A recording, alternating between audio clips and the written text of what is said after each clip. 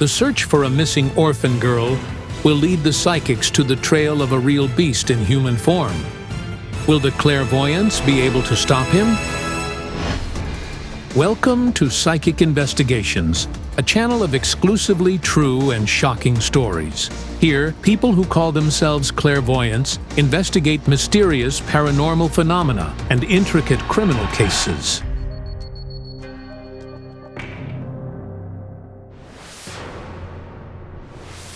This story began when Olena Kurilova and Kayal Alekperov, tired, were coming back to their hotel after another investigation. This young woman was waiting for them in the lobby. I'd like to ask you for help. Her name is Anna. She says her sister went missing.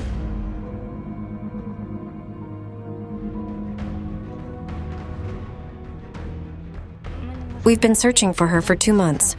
What's her name? Marina. I see her. She's thin and little, wearing light blue jeans and a white t-shirt. She was wearing blue jeans, a white t-shirt, and moccasins. The last time she was seen when it was hot, was it summer? Yes. 18-year-old Anna and her elder brother, Ivan, learned about their eldest sister's disappearance from her boyfriend, Vladislav. The three of them immediately set out to look for Marina. We started searching for her the next day. We conducted searches of the entire area. We worked on probable routes of her movement, but unfortunately all our attempts yielded no results. I really want the psychics to find her. I would give everything just to be with her. I hear a train rumble, and I see a highway, and there are many pine trees around. It's like a forest belt next to a highway. As I tune into her energy, I feel cold. I'm sorry to tell you this, but I don't sense your sister among the living. This news is too devastating for the young woman. I felt emptiness and pain. Does anybody have a map?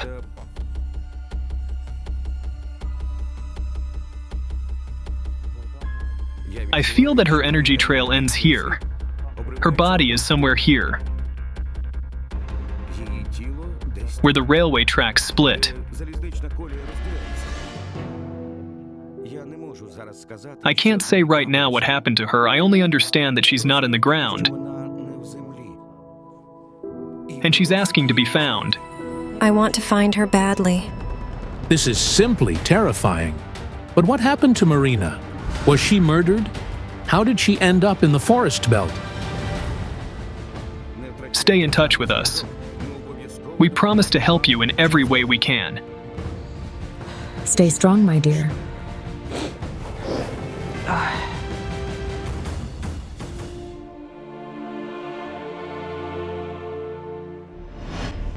Almost 2 months later, Anna and her brother came to see us. My sister's body was found in the forest. Bones are all that's left. She was there for too long. Police detectives discovered the skeletal remains of an unknown young woman in the forest belt near the highway, not far from the railway tracks. Based on the recent reports of missing young females in the region, it was assumed that the deceased was 20-year-old Marina Shafaluk. The body of the unknown girl was found exactly where the psychics indicated, at the garbage dump in the forest belt. The police officers literally picked Marina's separate bones from the soil within a radius of several dozen meters. Identifying the victim's identity was extremely difficult. Her boyfriend went to identify her by her hair and braces. They took a DNA test and blood samples and finally confirmed it was her. Finally, we could at least bury her properly.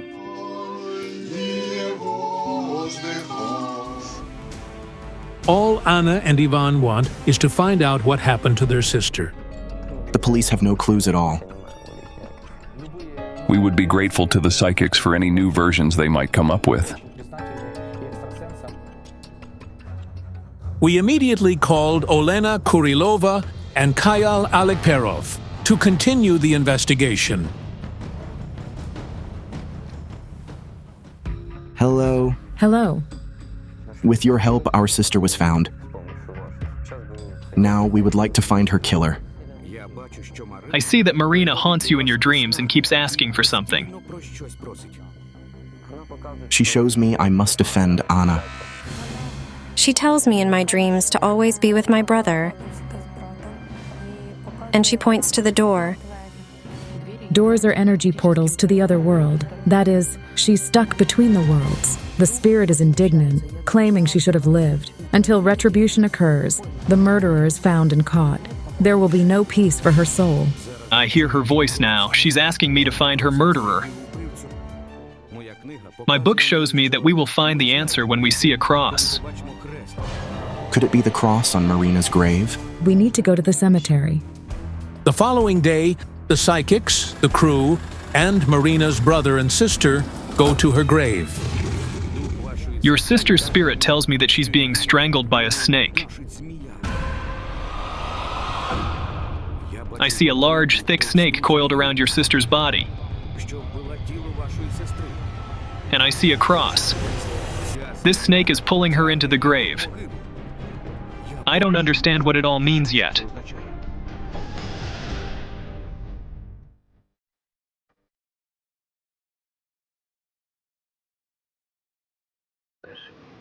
Tell me, spirit of Marina, tell me.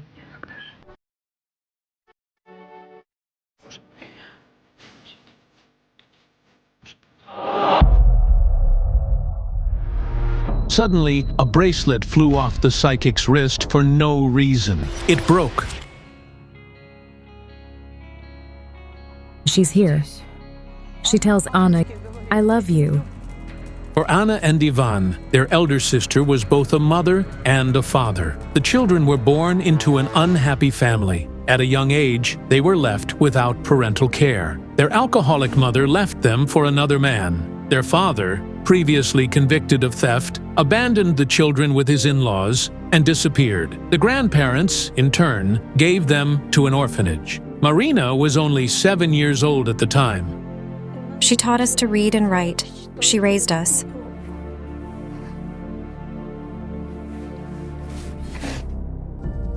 Ivan, are you cold? She's worried about your coat. Did she want to buy you a coat? Yes, she said that as soon as she got some money, we would go and buy me a coat. Everyone adored Marina. In the orphanage, the tiny, fragile girl was nicknamed Cinderella. After all, she was only 150 centimeters tall and wore children's size 31 shoes. We looked for her shoes for the prom, but we couldn't find any. Thank God we finally found them. We chipped in and bought her shoes. Marina was the pride of the school. She graduated with honors and entered a pedagogical university. She dreamed of teaching children history. So, who raised their hand to kill such a kind and determined girl?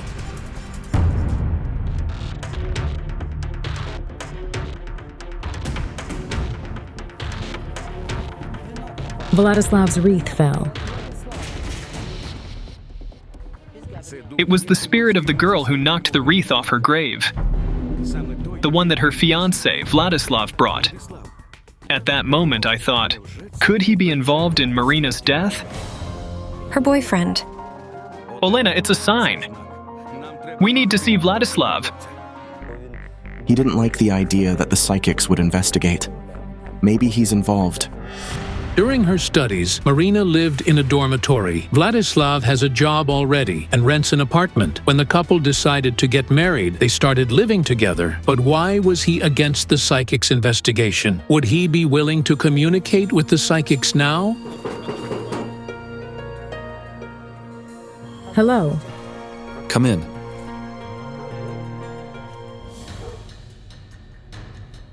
The police suspected you of her murder.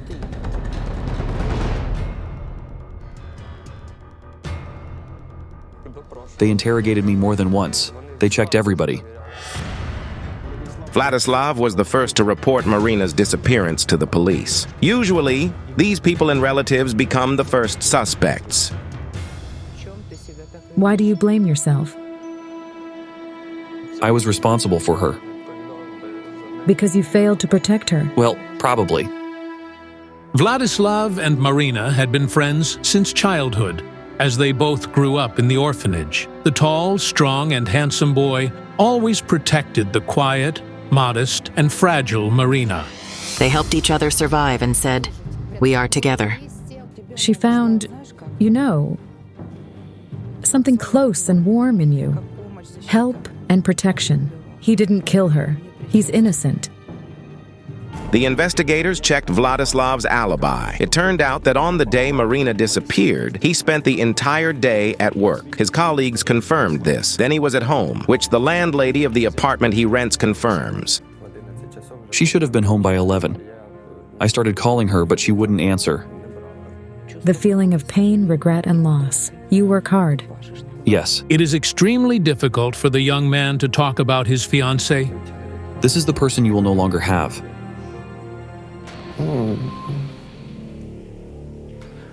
It's hard to come to terms with this. The work distracts a little, but at home, everything reminds me of her. This is Marina's teddy bear. Vlad sleeps with it.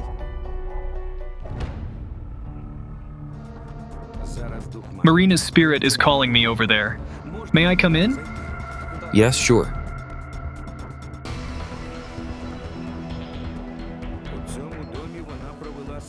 She spent her final day here. Let me perform a ritual to understand what happened.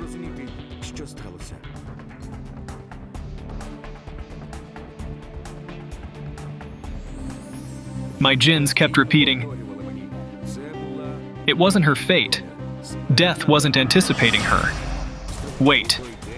On that day, she was supposed to be at home. Someone asked her to go where she met her death. And you know this person because they live somewhere around here. I feel that person's energy, and also a sharp sense of guilt. Who is the psychic talking about? Who is that person?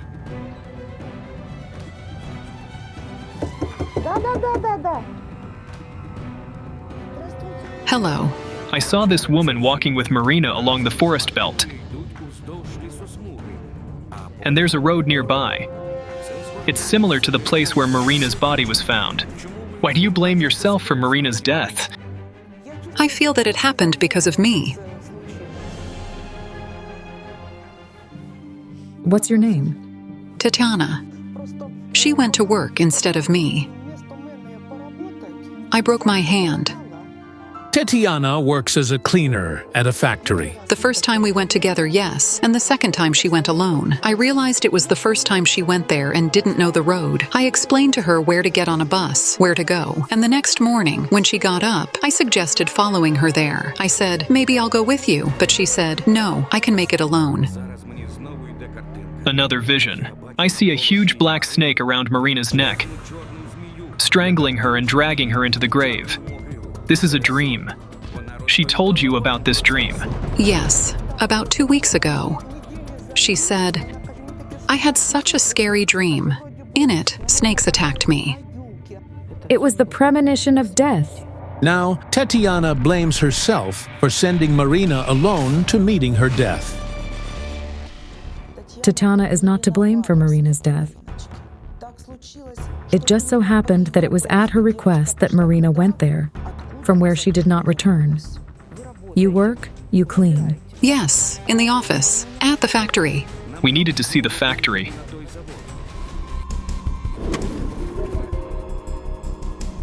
Over here.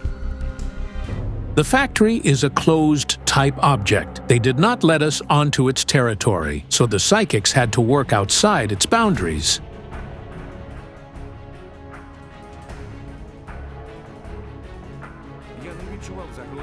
I didn't feel a threat to Marina in the building, but when she left there, death was waiting for her. The detectives checked the alibis of the factory's employees. It turned out that Marina left the factory alone. Moreover, no one left the factory's territory for 3 hours after she went. I see her hurry. She's walking swiftly towards the bus stop. To catch the bus. It departs at 10:15. We must follow her energetic trace. She's in a terrible hurry, almost running. She misses her bus. Now I see a brown cross in front of my eyes. The very one that my book showed me this morning. The cross is here. Yes. A brown cross. She missed her bus and stopped here to think what to do. Again, I see the snake strangling the girl and dragging her into the grave. According to the forensic examination of Marina's remains, her hyoid bone was broken. This means she died from asphyxiation. Marina was strangled. Now I see a man stopping his car and offering to give her a ride. She gets in for some reason. But why? She was afraid to get into cars with strangers. Of course. She's in a hurry. She says, "Oh my God, oh my God, I'm stuck here. What do I do?" And he opens the door or window a crack, and this smile. "Where are you going?" Completely friendly. And she makes such an illogical move for her. She always feared strangers. Yes, yes, yes. We found out that on that day, the railway crossing located near the bus stop wasn't working. There were repair works going on. Motor transport had to bypass this section of the road, which delayed the movement of buses. I feel that someone called Marina when she was already in the car. I called her. I wanted to ask her where she was. What did she say? She only said, "Hello," and that was it. And the line broke. Yes, yes. She was supposed to be on the bus, but I didn't think it was a bus. I heard the noise. 5 minutes later, she didn't call me. I called her again. I kept dialing every 5 minutes. This is how I understood that something happened to her. It is quite possible that the driver of the car into which Marina got was afraid she would tell the woman who called her that she got into a stranger's car, so he took away her mobile phone. Does this mean that this woman was the last to hear the voice of the poor Marina? From this cross, she went to meet her death. I hear the engine roaring. Let's go there faster. She's calling me. To the place where she was found. I know where it is. I saw it.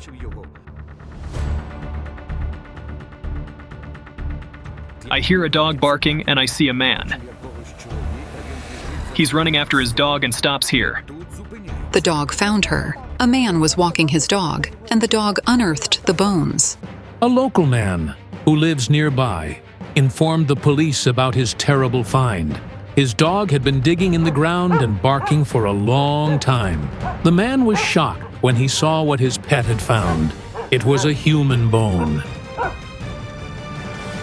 I see her getting into the car, and the car turns sharply and drives in the opposite direction. The girl is in a panic. She doesn't understand where the man is taking her. Then I hear a blow. This man stunned her. He strangled her. What was his intention? It was a sexual assault. It's horrifying. He rapes her after he kills her. The man who committed such a terrible and cruel act against the poor girl has the eyes of a real demon. He is like a wolf in sheep's clothing, hiding his twisted bestial nature behind the mask of a friendly man. That man has a beastly face, a friendly smile that turns into a beast's grin. This man is not an ordinary madman. He's a cold-blooded pedophile maniac. He's attracted to young girls. And Marina, fragile and petite, looked like a child, and she wasn't his first victim. We requested information from the law enforcement agencies about girls who went missing in the area in recent years. It turned out that 3 girls have been missing without a trace. All of them are teenage girls. They look very similar to Marina in appearance and build, slender and dark hair. I see him getting nervous, thinking about how to get rid of the body and waiting for darkness so that no one notices him. Now, Marina tells me, he left me where there is a foul smell. I can't.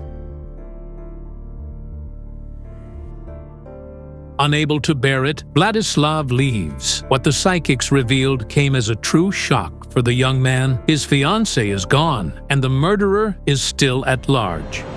Garbage. Smell. The foul smell here won't be a surprise for anybody. He murdered her so cruelly and simply dumped her together with the garbage? He's local. He knows every path here.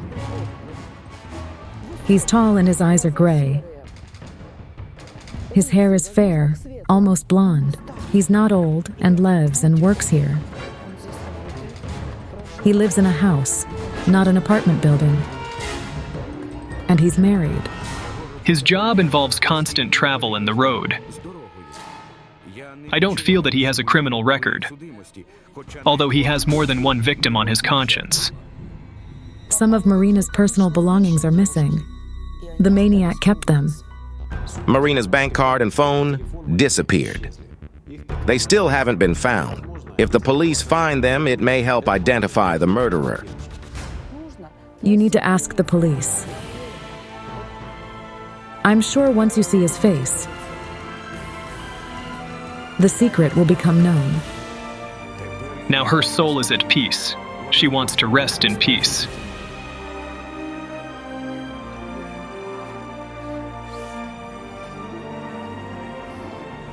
Thank you.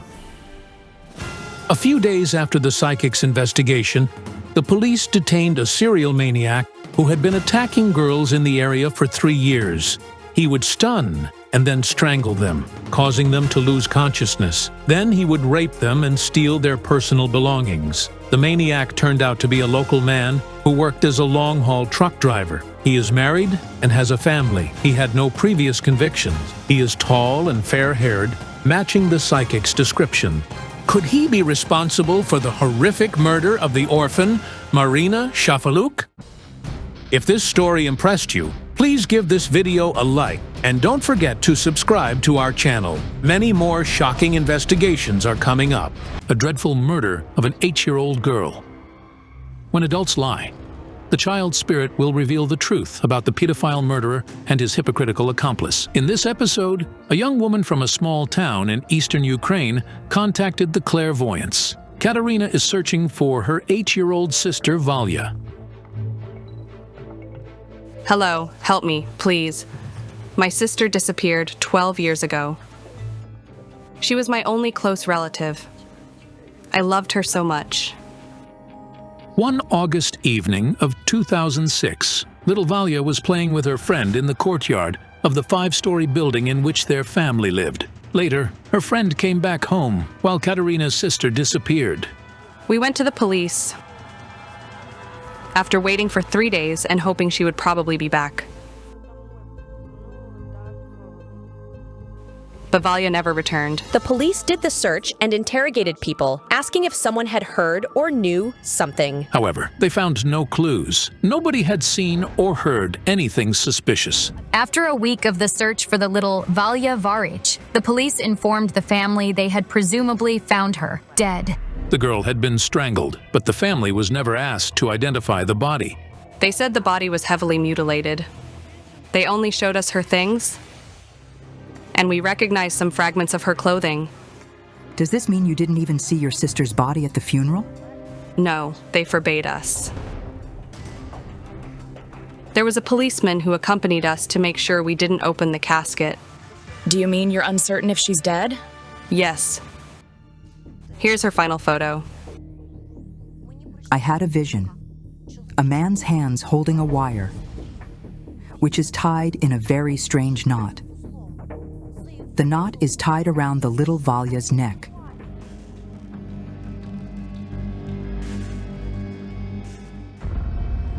I understand it won't console you, but you really buried your sister? The child is murdered. She's like crucified and has a crown of thorns on her head. A shocking revelation. Was this a ritual murder, or what else could the clairvoyant's words mean? She was found at a military graveyard. They said she'd been strangled with a wreath. Her murderer was never found. No. I'd like to tune into the site where she disappeared. We took the girl's photo to work with it later that day.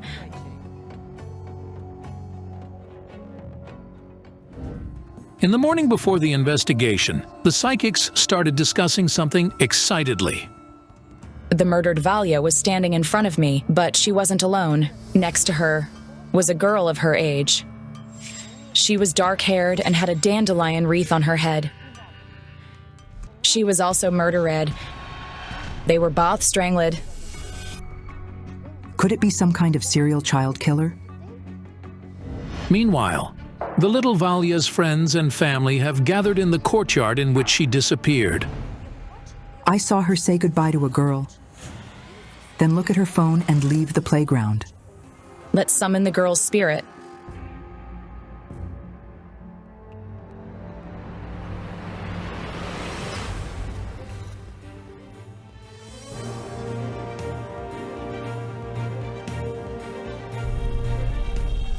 She says, Katunya. Yes, this is what called me. Forgive me, my dear little sister.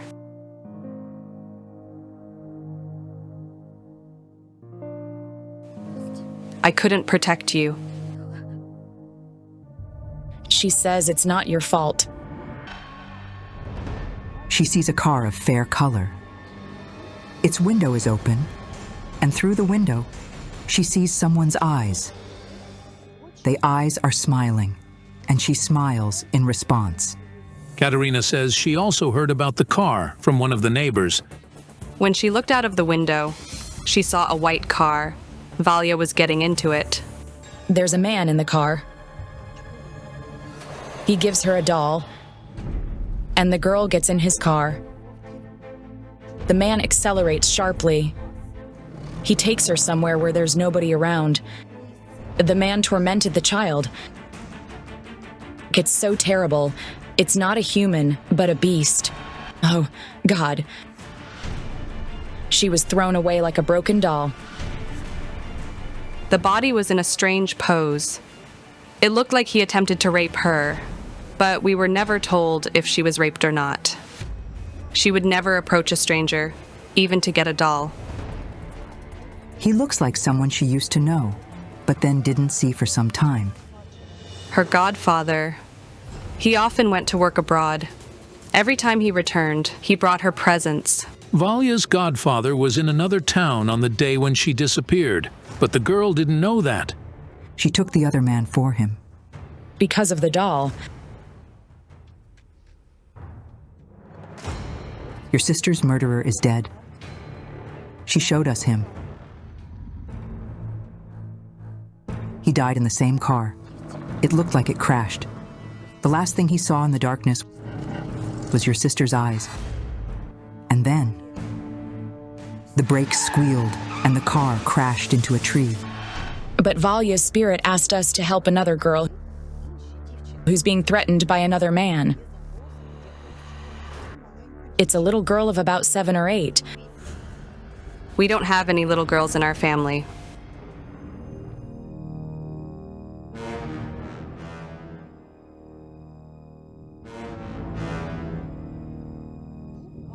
Valia's spirit says you're the mother of the girl we're supposed to save from death. Do you have a daughter of 7 or 8? Yes, Amina. It turned out that this young woman lives with her family in one of the neighboring buildings. She and her mother and aunt were on the way home. I saw the psychics, and so we decided to come up. Lisa was planning to contact the psychics anyway because some kind of evil spirit has been haunting her little daughter. Something is threatening the child. I fear for her. However, Zhana Shulikova feels that the threat emanates from a human. But the girl's mom claims it's an otherworldly entity. I saw a notebook, and in it, there was a phrase written in a kid's handwriting, "He's the evil," and there was one word there. Had I deciphered it then, I would have made the mother confess everything. Could the phrase from the child's notebook mean the otherworldly force? What is going on to the little Amina? Smoke. Fire. Did you have a fire at your home? Yes, we did. My mother woke up and ran to extinguish it. It turned out that one night, the whirring in the apartment where the family lives burned, and the curtain caught fire quickly. Lisa's mother was extremely fortunate to extinguish the fire, but Lisa believes somebody from the other world stands behind the fire. I felt something pass by me, but when I turned around, I saw nothing. And a few days before the fire, Lisa witnessed somebody's ghost next to her daughter. The silhouette was vague, as if it was made of smoke or mist. You're not the only one to feel it. My aunt feels it too. I felt something, like a hand, running along my hair. I got so scared. To find out what is threatening Lisa's daughter, I needed to see the girl.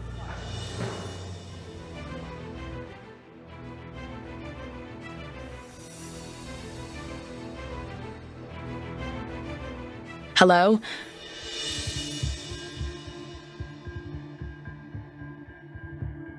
Could you please give me your hands?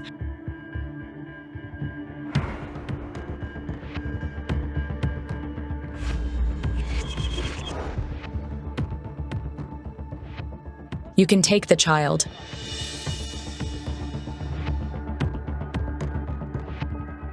I see a storeroom. I see a little girl sobbing next to a suitcase. She's holding a doll in her hands. But the doll looks like it's smeared in something red. Like blood. It's not Amina, but energetically, this girl is very much like Amina. Who could this girl be?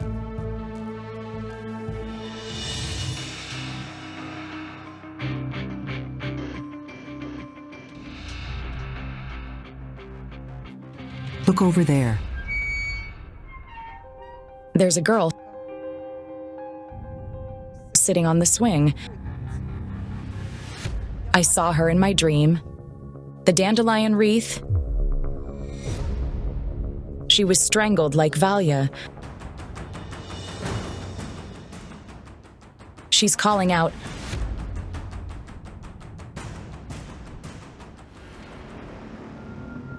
What is this?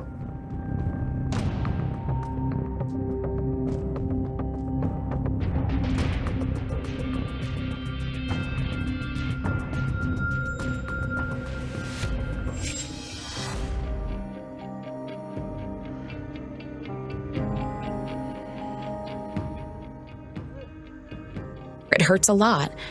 Dead eyes.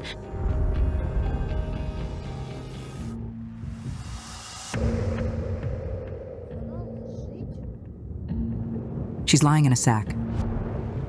It's so cold around her. She's wearing some dark pants. And the sweater that looks like yours. It's pink. Her feet are bare. This is my sister. My daughter. It's shocking. Jana didn't even know where it had happened. She was raped, first strangled, and then thrown away. What was her name? Ayla. She went to top up my phone and never returned. That I was absent then. Back then, Lisa was living in another town. Her mother got ill and stayed home. She needed to top up her mobile phone, and her younger daughter went to do it for her mom. When she wasn't back in 20 minutes, I went to find her. Having checked everywhere, looking for her, I went to the police. The officers searched all the neighboring courtyards and playgrounds and asked the little Allah's friends, but they didn't find her anywhere. She was found 2 days later. A woman who cleaned the streets found her. The girl's body was in a trash container not far from the building in which she'd lived. Therefore, the clairvoyants went there. I didn't want to live without my child. I can't. I couldn't believe it. I was shocked. I wished I'd been killed instead of her. I love her so much. I always go to her grave to ask for her forgiveness. The aunt still remembers the last time when she and her niece went for a walk that spring. She asked me to make a wreath for her, so I made it. And she put it on her head and said, "I'm a princess." And then she hugged me and pressed me so tightly. Help me find out who did this to her. And what happened? She didn't die here. She was brought and dumped here several hours before she was found. After the girl was murdered, she was held in some kind of locked-up room, something like a basement. The examinations revealed that the girl had been murdered the same night that she disappeared. However, it remains a mystery where her body was kept for over a day before it was dumped into the container. Allah's spirit told me my murderer threatens Amina. This is some kind of maniac, or I don't know who it could be.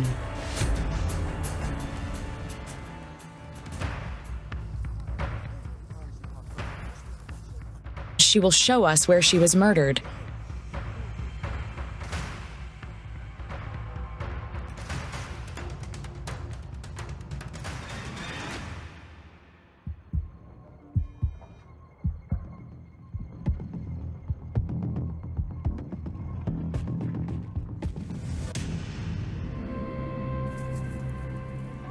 Allah's spirit brought us to the door and pointed at the apartment on the first floor.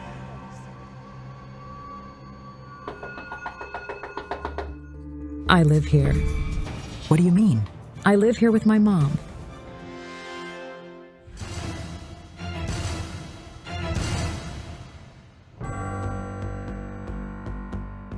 Was she murdered at home? There was something wrong about this story. Do you have any of the girl's possessions? Yes.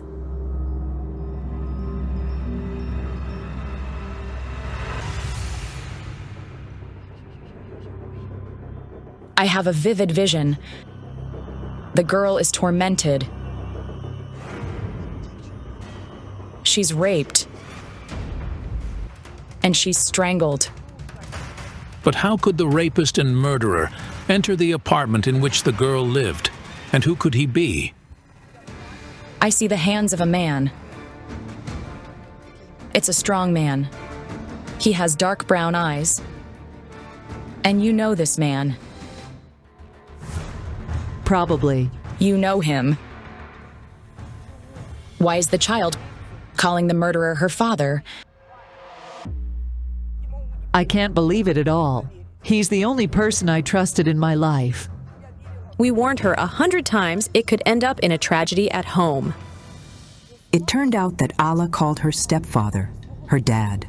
By the time her daughter was murdered, Victoria had lived with a man named Gadji for 7 years. The woman's first marriage had collapsed after she fell head over heels in love with the handsome Oriental man. It's such a great love. But he's in prison now. For what is he there? This time, for a rape. He raped Allah. Gadji Muslimov, who used to live with Victoria, is currently serving a sentence for the rape and murder of the 8-year-old Allah. He was sentenced to life in prison. I don't know who the murderer really was. I can't believe he could do it. The woman is certain that the man she loves would have never done anything like that. He only confessed everything because of the pressure from the police investigators. They tortured him so badly that he ended up in the hospital. Our expert found a police officer who was involved in the investigation. And he clearly remembers Victoria's partner confessed to the terrible crime. This is incredible, but the rapist claimed it was all the girl's fault. He said the girl entered the kitchen and told him she wanted it. Do you know what I'm standing next to? The storeroom. The tears, the dark room and the suitcase. Why is the child in the suitcase? Tell them. Why aren't you saying anything? You complained to me that he'd tied her up and put her in the suitcase. Ask Mom, and she'll tell you. The woman won't tell us. But Lisa says the man really locked his little stepdaughter in the suitcase to punish her for misbehavior. Whenever she took a piece of bread improperly or peeked into the fridge? Yes, it did happen, but I put an end to it. But if Victoria admits the man was cruel to her daughter, why does she refuse to believe he raped and murdered the girl, especially after the experts proved he was apparently guilty? I see you behind the bars. I was imprisoned for this. She spent 4 years in prison for the murder of your daughter. For helping him to take the body out of the apartment. But I didn't do it. According to Victoria, at the moment of the murder, she was in the apartment. Together they came up with a plan to get rid of the child and keep the crime hidden from everyone. They hid the girl's body and then called the police, telling them that she had disappeared. The next night, they took the body out and dumped it in the trash container in the neighboring courtyard. Both his and her testimonies mention it. He tortured her. Don't tell me you didn't know anything. No. But your murdered daughter says you did. The girl's aunt only found out about this nightmare after her death. She was told about it in front of the morgue, from where they came to take her niece's body for the funeral. This woman, a medic, went out and said, "I've seen many things in my life, but I've never seen a child who was raped for 2 or 2.5 years. Could it be a kind of lesson for me? I don't know. A big mother of a lesson, the child was murdered. The only thing the mother could think of after her child was murdered was how to avoid prison for the man she loved. But I can't call this feeling love. This is some kind of perversion." He's also being released soon because he's got the money and hired expensive lawyers. It turned out that Victoria's partner submitted an appeal, and his life sentence was canceled. The case was sent for a review, and the court may announce a new sentence soon. The lawyer is sure that Victoria's man will be released. My client is not guilty. He will be released in any event. I asked her what she would do after he's released, and she told me, "It's none of your business who I'll be sleeping with." I didn't wish to spend even a second more in that woman's company.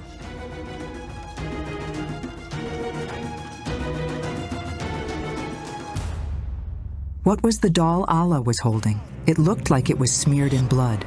She received it as a present, and she drew all over it. This is how she expressed her emotions. And I saw a notebook with an awful phrase in it. "He is the evil," and there was a third word I couldn't make out. I had a dream. I was holding that notebook in my hands, and it read, "He is the evil. Dad, period, evil." She was forced to call him Dad. The spirit of the raped and murdered girl, through us, wanted to save her niece. Because if that beast is released, little Amina's life will be in danger. I'm absolutely shocked and stupefied. I'm terrified to even think of what happened to my sister, and I don't want it to happen to my daughter. I'm taking my children and leaving. You and your family can come and live with me. Oh, you know it well. After the psychic's investigations, despite all the attempts of the beast's lawyers, the court sentenced him to life in prison. The murderer will never be free again. If you're impressed by this story, don't forget to give it a like and subscribe to our channel, not to miss new episodes.